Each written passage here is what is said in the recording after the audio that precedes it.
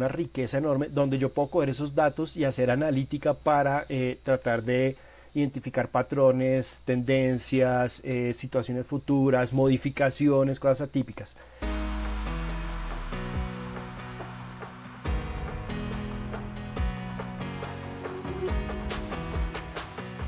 El uso de la inteligencia artificial se ha expandido rápidamente en el mundo, en las diferentes industrias y hasta en nuestras actividades del día a día. Aunque algunos pueden percibirla como una amenaza, lo cierto es que la inteligencia artificial ofrece un millón de posibilidades, ventajas y soluciones. Durante esta entrevista conversaremos con Fernando Escobar, experto en proyectos de innovación, y hablaremos sobre cómo la inteligencia artificial contribuye a optimizar el consumo energético en el sector empresarial. ¿De qué manera la inteligencia artificial puede contribuir a la transición energética? ¿Cuál es su relación con la meta de carbono o de neutralidad que se busca en las empresas en este momento? Vale. Yo creo que de pronto es importante, antes de empezar a hablar del uso de la inteligencia artificial en el sector energético, de pronto dar claridad de qué es la inteligencia artificial y qué es lo que persigue, digamos, esta. Básicamente la inteligencia artificial funciona a partir de análisis de datos por un lado y por otro lado modelos que me permiten identificar dentro de estos datos, por ejemplo, patrones, tendencias, situaciones que me permitan anticiparme o, digamos, estimar qué sería lo siguiente dado una serie de situaciones que pasaron. Digamos, algo donde hemos visto todos muy claro en la inteligencia artificial es cuando estamos escribiendo un correo y pone una buenas tardes y empieza a irle completando. Entonces, lo que hace la inteligencia artificial es que coge cualquier cantidad de textos, de correos, de cosas que se han escrito y miran como a partir de esas primeras entradas qué es lo que tiene una mayor probabilidad que venga después. Por eso sale como una sugerencia y en la medida que se va construyendo el texto seguramente esas sugerencias se van actualizando. Entonces más o menos la inteligencia artificial es eso en términos generales, no es reemplazar o comportarse como el cerebro, simplemente es tratar de predecir qué vendría después de una situación, un hecho dado. Entonces, en el sector energético, pues en todos los sectores, pero digamos en lo que nos trae aquí el sector energético, pues es supremamente importante porque justamente a partir de lo que ha pasado me permite suponer que viene y con eso pues tomar mejores decisiones con un alto grado de certidumbre, digamos, en situaciones que normalmente son bastante inciertas. Entonces, como por tener algunos datos que me parecen interesantes, el Foro Económico Mundial en un reporte que sacaron no hace mucho tiempo, a través de un escenario, de un modelo de escenario que construyó Bloomberg NF, perdón, estiman que por cada 1% que se mejore, que se logre en eficiencias adicionales, puede impactar hasta en 1.3 billones de dólares en los próximos 30 años, entre 2020 y 2050. ¿Esto a raíz de qué? De que si yo hago más eficiente el consumo de energía, voy a tener que hacer menos inversiones en infraestructura, en generación y en otros tipos de elementos, generándome esos ahorros. Entonces básicamente mirar cómo a partir de la infraestructura, de todo lo que tengo ahorita, logro ser eficiente para no tener que crecer mucho más a pesar de que la demanda energética aumente.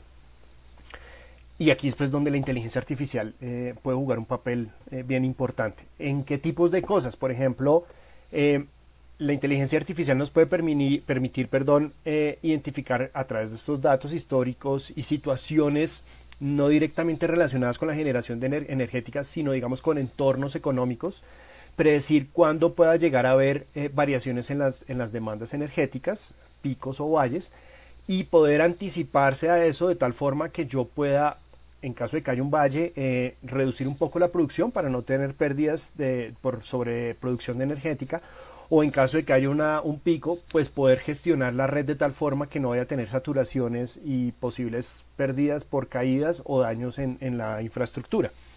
Entonces, como a partir, por ejemplo, yo puedo hacer una correcta gestión de la red, una buena planeación de la generación a partir de anticiparme a identificar esas variaciones en la demanda.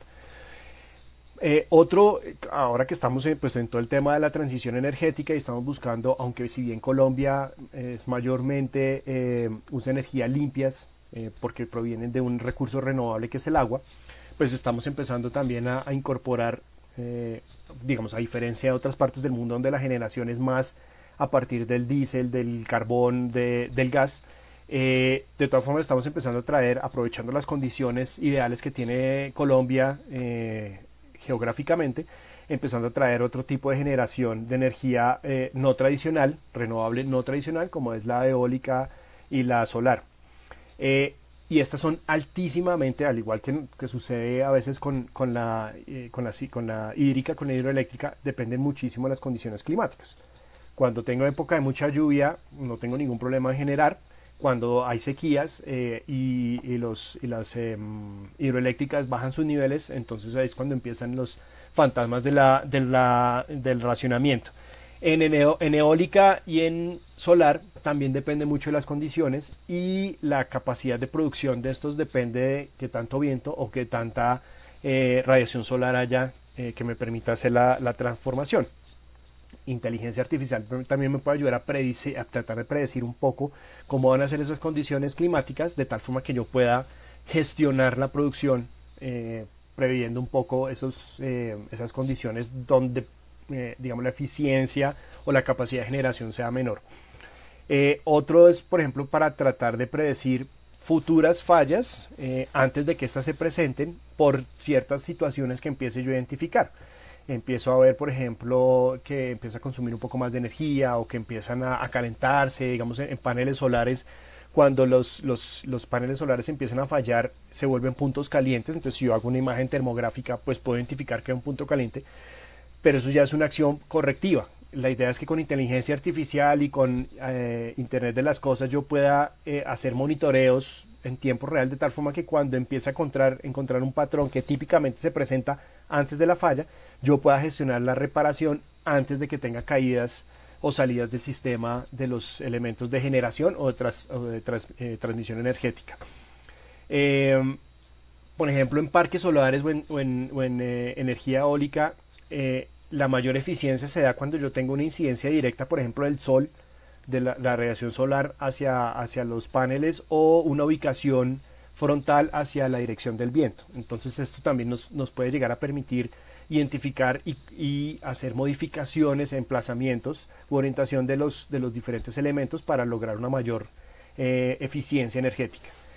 Y la otra cosa es que me puede empezar a predecir escenarios futuros en la medida en que me va acercando con cierto grado de certeza. Entonces yo puedo suponer que en unos 3 meses que viene Navidad, estamos cerca de Navidad, entonces vamos a tener picos de producción, entonces vamos a tener, históricamente se presentan demandas, pero este año ahí no se están cumpliendo, digamos, con cierta anticipación ciertos indicadores, entonces es posible que este año no suceda. Entonces me puede empezar a generar escenarios futuros donde yo podría llegar a proyectar, a preparar planes de acción que me permitan estar preparado en caso de algún escenario imprevisto o atípico que pueda afectar todo el tema energético. Eso digamos que yo creo que son algunas líneas. Vale, perfecto. Ahora volviendo un poco quizá a lo del concepto que nombrabas como para aterrizar quizá el concepto de inteligencia artificial, también en el sector energético también hay un concepto que es el de analítica energética inteligente. Esto es básicamente lo que nos venías comentando, es decir, todas las capacidades o todas las implementaciones de la IA en el sector, o tiene un concepto específico de lo de esto de analítica energética inteligente. Sí, yo creo que la analítica energética, separando la parte inteligente, es poder coger toda esa cantidad enorme de datos que se generan en todo momento, en todo proceso de generación, de transmisión, incluso ahora que estamos migrando a medidores inteligentes, el poder tener el dato del consumo de cada uno de los hogares, pues es una cantidad de datos, una riqueza enorme, donde yo puedo coger esos datos y hacer analítica para tratar de identificar patrones, tendencias, situaciones futuras, modificaciones, cosas atípicas. La idea de que sea inteligente es que no necesariamente tenga que hacer yo la captura de los datos, sino que en esta misma dinámica, pues esto se vaya alimentando, los datos se capturen de forma automática inteligente, los modelos se vayan autoentrenando, de tal forma que yo, en la medida que va pasando, pues vaya teniendo una mayor eficiencia y una mayor calidad en el proceso de ingreso de datos y generación de información al final. y pues energética porque está enfocado, digamos, a este sector en particular. Pero digamos que yo lo veo como una partecita de lo que el término inteligencia artificial tiene, que es supremamente importante la analítica.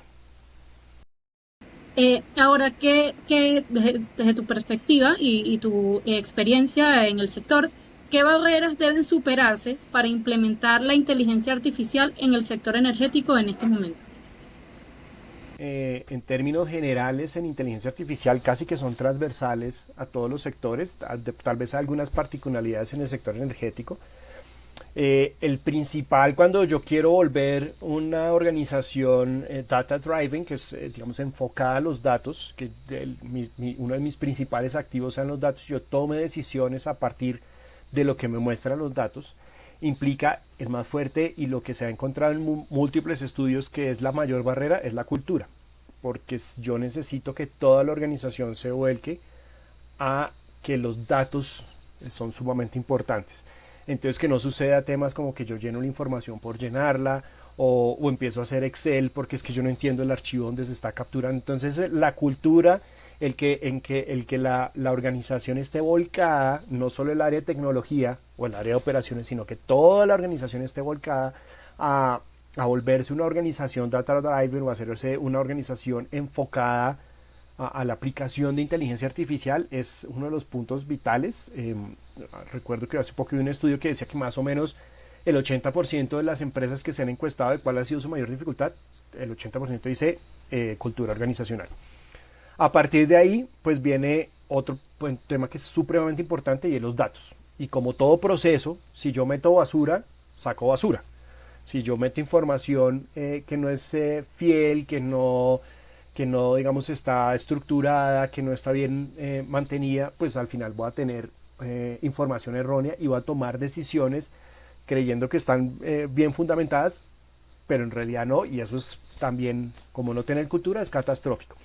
Entonces el tema de datos es bien importante en varios elementos, la captura, el almacenamiento, la disposición, la eliminación incluso de los datos, todo este concepto, todo esto que involucra todos esos momentos en que la data es importante, pues es otra de las barreras. Los modelos también porque pues yo puedo tener muy buenos datos, pero si no tengo un modelo robusto, pues el grado de confiabilidad del resultado puede ser bajo. Entonces, poder encontrar modelos que respondan a partir de los datos que yo tengo las preguntas del negocio es bien importante, aunque en la medida que ha avanzado la tecnología y van saliendo inteligencias artificiales que me pueden ayudar a construir esos modelos y entrenar esos modelos, pues se ha vuelto un poco menos crítico. Y finalmente, pues hay dos elementos de infraestructura, digámoslo así, que son la capacidad de cómputo. En la medida en que yo tenga más datos y más complejo sea el uso de los datos, pues yo voy a necesitar mayor capacidad de cómputo. Tradicionalmente yo lo que tenía que hacer era hacer una inversión enorme en montar infraestructura, servidores, almacenamiento, tener elementos de respaldo, tener todas los firewall y todos los temas de seguridad. Ahora pues es mucho más sencillo tercerizar esto. Hay empresas muy importantes a nivel mundial que prestan esos servicios. Su core de negocio es ser confiables, entonces todas las inversiones las hacen en ser confiables, entonces quitarse uno el peso encima. Y si bien de pronto mirándolo peso a peso es un poquito más costoso contratar el servicio que tenerlo uno, al final las inversiones en infraestructura, en actualización, en ciberseguridad y todo eso resultan siendo más costosas que la prestación del servicio. Y lo peor aún es que si yo llego a perder información, pues pierdo todo. Mientras que estas organizaciones que no solo manejan nosotros, sino manejan cualquier cantidad de empresas a nivel mundial enormes, mejor dicho, se arruinan donde llegue a pasar alguna cosa, entonces tienen cuanto sistema de respaldo y soporte. Yo creo que esas de pronto son las principales, y yo creo que hay una cosa que es importante y es creer que porque es de moda tengo que hacerlo y no que efectivamente use inteligencia artificial porque me genera un beneficio, que suele pasar. Pasó con las certificaciones de calidad, pasó con innovación, pasó con todo, que es que como están hablando todos tengo que montarlo, pero no me pregunto si efectivamente esto que quiero aplicar en determinado proceso, de determinada situación, es la mejor opción y me va a responder la pregunta. Y pues montar todo esto requiere una inversión importante y una inversión por ser chéveres y por decir que tenemos inteligencia artificial, pues es un lujo que la verdad no vale la pena. Ahora, en cuanto a los problemas, o sea, ¿qué problemas crees que podría implicar la implementación de la inteligencia artificial en el sector energético, más allá de los beneficios que obviamente puede tener, pero si existe algún riesgo que implique su uso? Sí, pues lo mismo, como nosotros estamos basados en datos, el dato se vuelve un activo importante y generalmente no lo cuidamos como cuidamos otro tipo de activos. Si yo tengo carros, si yo tengo instalaciones, si yo tengo, pues estoy haciéndole mantenimiento, sostenimiento, estoy revisando que no me entren a robar, que no se deteriore, que se almacene en la forma correcta. Es como si yo tuviera, digamos, obras de arte y las obras de arte se almacenan en ciertas condiciones para que se preserve.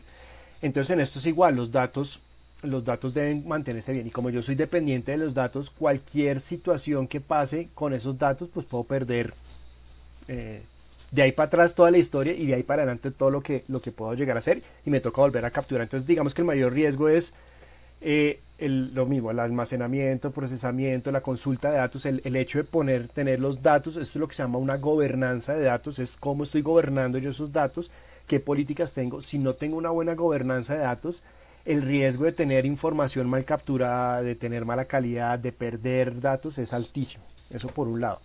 Y por otro lado, al digitalizar la operación, para que pueda funcionar la inteligencia artificial, pues no puedo hacerlo de forma mecánica, tengo que hacerlo de forma digital y los computadores, software, modelos y algoritmos y la información pues debe estar disponible digitalmente, pues entro en un riesgo de poder recibir ataques, bien sea que me bloqueen la información que yo tenga, lo que se conoce como ransomware, y es que me capturen toda la información y diga, mire, usted me paga determinada cantidad de plata y yo le devuelvo sus datos, o si no se le elimino y usted pierde un montón, o que incluso como uno lo ve medio ciencia ficción, pero pues no es nada descabellado, que me puedan secuestrar los sistemas y generarme caos por apagones energéticos. Por ejemplo, hubo un caso de algo así que sucedió en Ucrania en 2015, donde piratas tomaron el control de 3 sistemas de distribuidores regionales, afectando 225.000 personas en ese ataque. Entonces,